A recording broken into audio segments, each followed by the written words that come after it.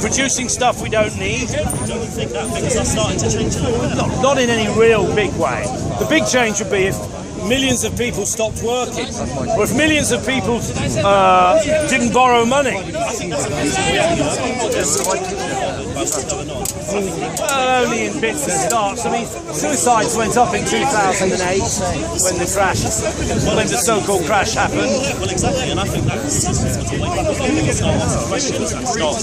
only for a short time, believe me, only for a short time. Most people are happy with what they just accept what is presented to them by the media, by education, by the political process, by the religious leaders. Sadly, I would say that few people question anything. I don't know why. I think they don't really. They don't. I've not. You know, it's just the same meaningless argument between Christians and Muslims here every Sunday. Yeah.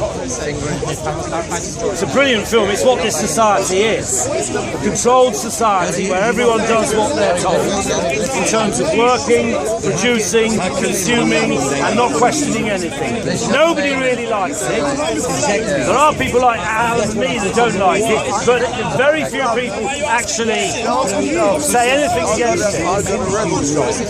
I've got freedom. I don't want you to brainwash at school. I think you can know that.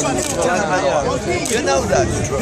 I don't know why people, you know, most people I've only lived in Switzerland and France briefly many years ago, but most people in this country, you know, they're just happy with a job, car, mortgage, TV, sport.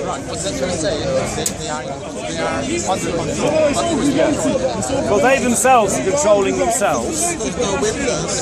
Everyone here is sort of, I include myself because I can't actually get out of it, but I'm talking about it, but everyone is sort of agreeing in this meaningless argument as to who's killed more, Shia or Sunni. What does it matter anyway? At a higher level, they can get killing one another because they believe that a book should be interpreted differently. Well, everybody who reads a book is going to interpret it differently. If I read Great Expectations by Charles Dickens, which is a wonderful story, I could identify perhaps the life of Miss Havisham as the central part of the theme, as opposed to Pip. And you could create, and that's how religions are created. You just identify which bits of the book you think are most important, then you keep saying them enough times. I think the human race is sort of collectively insane, in a sensible way. They're not going off their heads. Why can't we live in peace? Why can't we have a world of sharing? Why is it the people always attack the unemployed when they themselves are the most exploited? They're the ones who are paid £6 fucking an hour, and they're saying to the unemployed, you should work, you bastard. While there's a woman in Buckingham Palace who gets £4 million a year personal allowance. Only.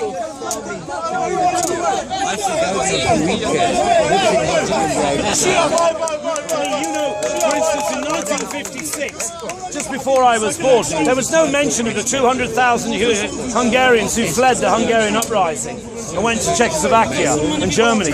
Wasn't mentioned at all. Up until 1989, there was no news from Eastern Europe at all.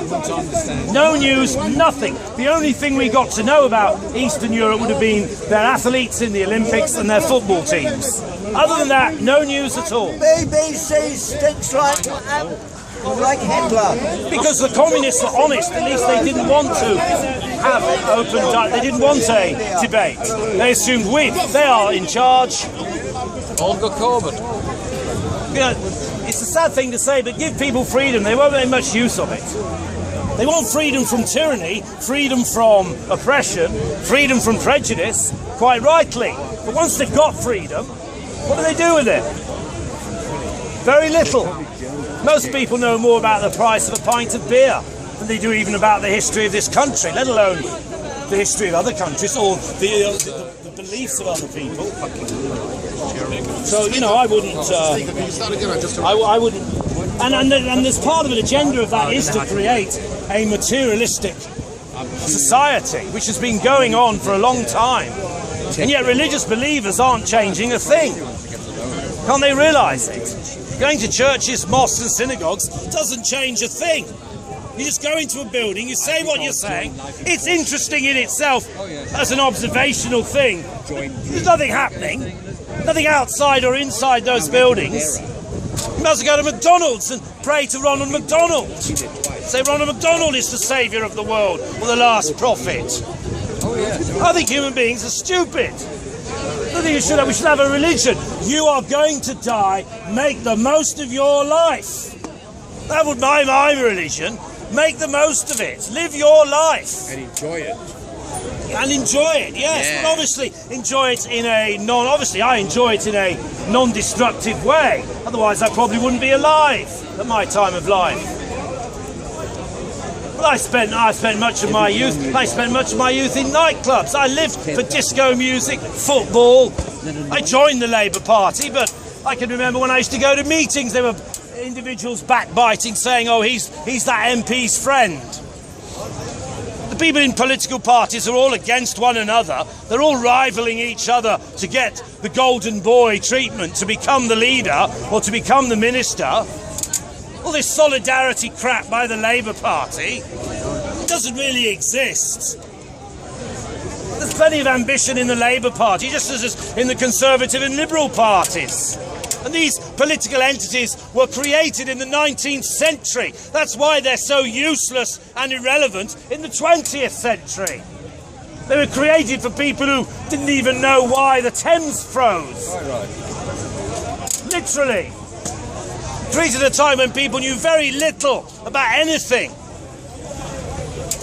Politics is dead. That's why it's pushed so much. Every single political party in this country follows a neoliberal capitalist line.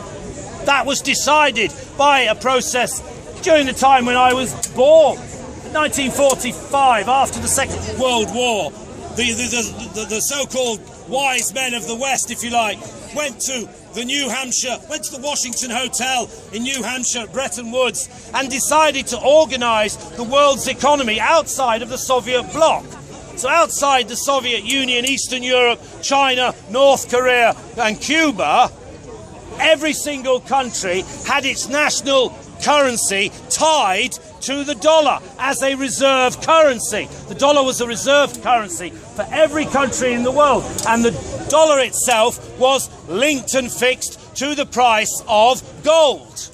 And that was the basis of the capitalist economy from 1945 till it started breaking down in 1965, 1975, when capitalism went into crisis. Capitalism is permanently in crisis. The only difference is you don't believe it's in crisis. Maybe it should get some sort of... Most of you don't believe it's in crisis because I suppose many of us didn't believe it was in crisis when I was a 15-year-old or a 20-year-old. But inflation started taking off.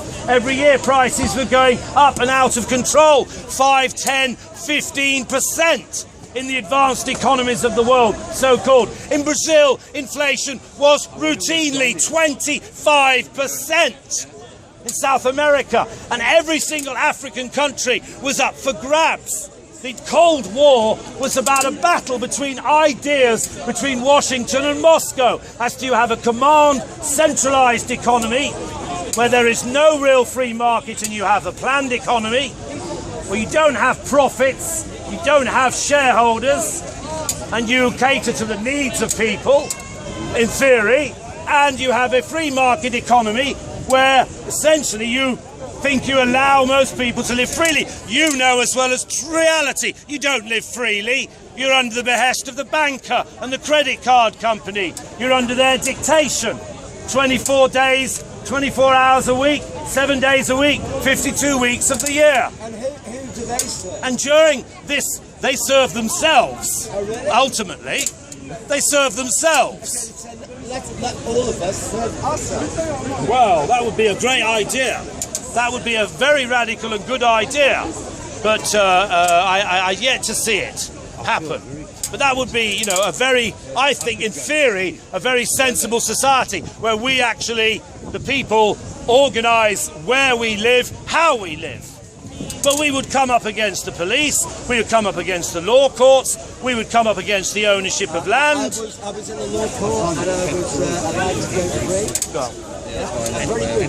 to What happened in 1965 to say 1970 was that eventually the argument was won, and America under Richard Nixon was the first government to separate legally the connection and the fixed rate of the dollar to the price of gold. And so by a law and a statute of law in the American Senate, the dollar was floated. So it no longer was $2.34 to the ounce or whatever. It was floated to speculators. So people